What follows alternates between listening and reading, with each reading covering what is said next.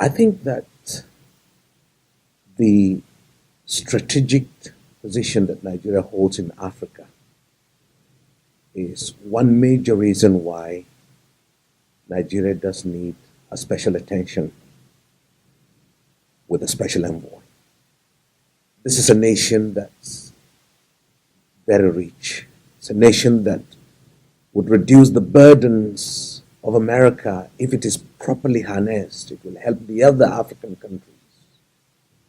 This is a nation with the largest number of intellectuals in Africa who are serving all over the world and doing excellently well. But it has been bedeviled, and over time, the structures of democracy that ought to strengthen the nation internally have been weakened.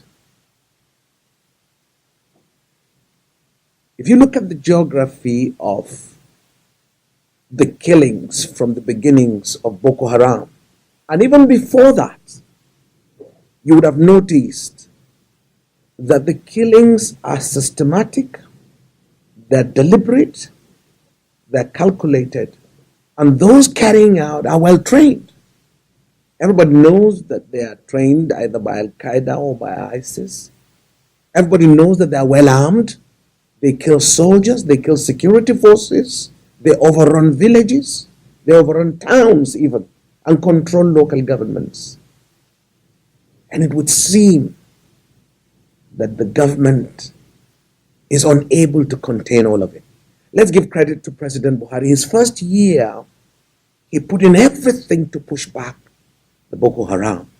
But in the last 6 months, Boko Haram have come back, and have come back in style. Not too far away, several soldiers, a whole battalion, was chased out. Just 2 days ago, another one has happened. But this would have been okay if that was the only problem. The Fulani herdsmen themselves, the ordinary Fulani we know, do not carry any arms, but now they carry arms. They overrun villages, and they overrun villages in the most inhuman ways. They slaughter. They slaughter children, men, women, everybody. And it's going on, almost unstoppable. My call is that an envoy will stand in a neutral place, but in a place of authority, where he can express himself and put pressure on the government of Nigeria that can do this job, and let them do it. Let them arrest criminals and separate criminality from the generality of the people, from the Fulani people, from human beings. Brothers and sisters, what aches me as a priest is that the people who are being killed are poor people. These are the helpless of the helpless in the society. And you need to just go around and see where Boko Haram or Fulani herdsmen have killed.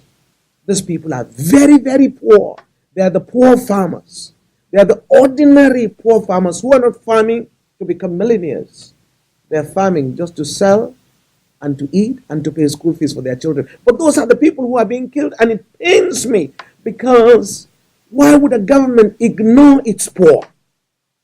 The world needs to hear that the poor people are being killed.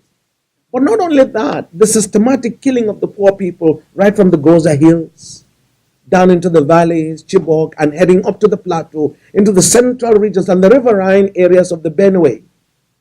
These are targeted because they are specifically minority areas where Christians are in majority. We need an envoy whose heart and voice will carry the weight necessary to help Nigeria stop the killings of anybody.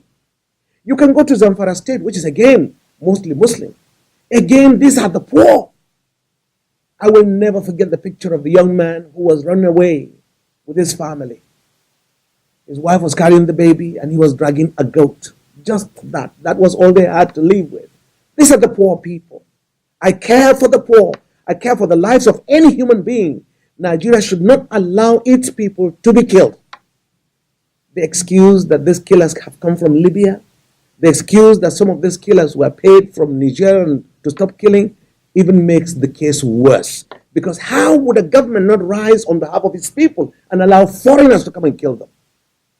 We are asking the kind-heartedness of the Americans, the energy, the care and concern for justice, that the democratic principles that America has held, which has spread to Nigeria, should also be strengthened in Nigeria. I will not end my heart in the way I talk without asking for two things. The first one, please, could the narrative that this is a herdsman and farmers clash, could that be changed? Because it's not true. The farmers are sleeping at night and they will be killed. The farmers are on their farms and they will be killed. These are farmers who cannot afford the modern implements of farming. So how could they kill? How could they fight back? They're not fighting back. So it's not a clash, because that narrative blinds the eyes of the international world to do nothing, because they say it's a clash. It is not a clash. It is a systematic killing and wiping away of villages, because when they do, they also stay in the villages and release their cows to destroy the produce of the farms. There are pictures and videos to prove this case. The second thing is, I'd like to invite my friends, please, to stand with me. I appeal to you. There's a 14, 15-year-old girl that's still being held by Boko Haram. Her name is Leah Sharibu. I've met her mother. I don't know how this illiterate woman was able to educate her child to love Jesus. In front of men with guns, murderers, who would release her if only she would deny Jesus as her faith. She wouldn't do that. It's a year now. She's still there in captivity. We appeal. An envoy can follow these cases and correct not only the narratives, but help free people for their belief, to give them their freedom to believe and the freedom, their conscience.